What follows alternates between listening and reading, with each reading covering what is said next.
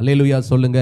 இன்னைக்கு கர்த்தருடைய பிள்ளைகளே, நீங்கள் யாரை உங்கள் இருதயத்துக்கு நெருக்கமாய் இணக்கமானவர்களாய் நீங்கள் நினைத்து கொண்டு அவர்கள் எனக்கு ஒத்தாசை செய்வார்கள், அவர்கள் எனக்கு உதவி செய்வார்கள் என்று நினைத்து கொண்டிருந்தீர்களோ அவர்களே ஒருவேளை உங்களுக்கு எதிரிகளாய் மாறி போகலாம்.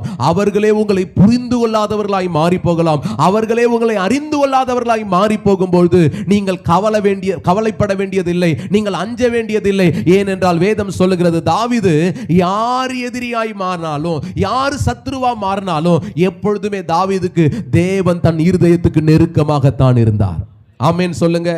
இன்னைக்கு நிறைய சோதனைகள் நடுவே, நிறைய போராட்டங்களின் நடுவே, நிறைய கண்ணீர்களின் நடுவே ஜெபத்தை மறந்துடுறோம், ஜெபத்தை விட்டுறோம், கர்த்தரை தேடுறதை விட்டுறோம். ஆனா இங்க சங்கீதக்காரனாய் தாவீது நமக்கு கற்றுக் கொடுக்கிற ஒரு பாடம், அவருக்கு அரண்மனையிலே வாழ்ந்தவர், அரியணையிலே விட்டிருந்தவர், அவருக்கு கூப்பிட்ட குரலுக்கு ஏராளமாய் குரல் கொடுப்பதற்கு, பதில் சொல்வதற்கு ஏராளமான அவர்களுக்கு வேலைக்காரர்கள் இருந்தார்கள். அப்படிப்பட்டதான ஒரு அரச மேன்மை விட்டுவிட்டு காட்டுக்கு ஓடி வந்திருக்கிறார் தாவீது. பாருங்க, அப்படிப்பட்ட சந்தர்ப்பத்தில் தாவீது, ஆண்டவரே என்னை இப்படி கைவிட்டுட்டீங்களே, என் ஆண்டவரே என்னை விட்டுட்டீங்கன்னு சொல்லல தாவீது. மாறாக தாவீது சொல்ல, என் சத்துருக்கள் எவ்வளவாய் பெருகி இருக்கிறார்கள். அல்லேலூயா. அவர்கிட்ட தான் வராரு. நான் வாழ்ந்திருக்கும் போதும் அவரை அண்டிக் கொள்வேன், என் வாழ்க்கையில் எல்லா ஆசீர்வாதங்களும் எடுத்துக்கொண்டிருக்கேன், எடுபட்ட போதும் அவரை தான் நான் சார்ந்து கொள்வேன் என்று சொல்லி தாவீது கர்த்தர் பேரில் பற்றுதலாய் இருந்த ஒரு தேவ மனிதன். ஆமென் சொல்லுங்க. அதனால தான் பாருங்க, இன்னைக்கெல்லாம் நம்ம வீட்டில் எவ்வளோ ஜெபம் பண்ணுவோம்.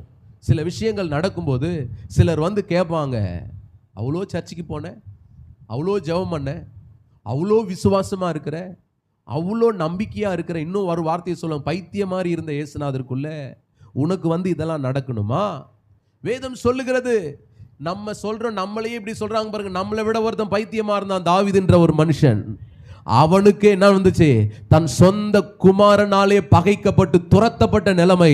ஆனால் தாவீது சொல்றாரு, யார் எனக்கு சத்துருவாய் மாறி போனாலும் என்னை பாதுகாக்கிற கர்த்தர் ஒருவர் இருக்கிறார், எனக்கு உதவி செய்கிற ஆண்டவர் ஒருவர் இருக்கிறார், எனக்கு ஒத்தாசை அனுப்புகிற கர்த்தர் ஒருவர் இருக்கிறார் என்று சொல்லி தாவீது கர்த்தரை சார்ந்து கொண்டான்.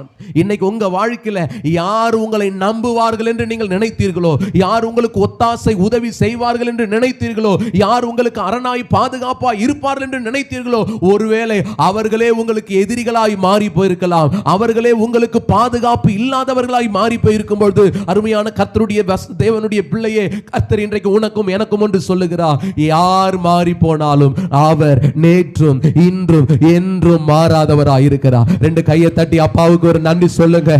அவர் மாறாத தெய்வம், அவர் நம்மை கைவிடாத தெய்வம், அவர் நம்மை விட்டு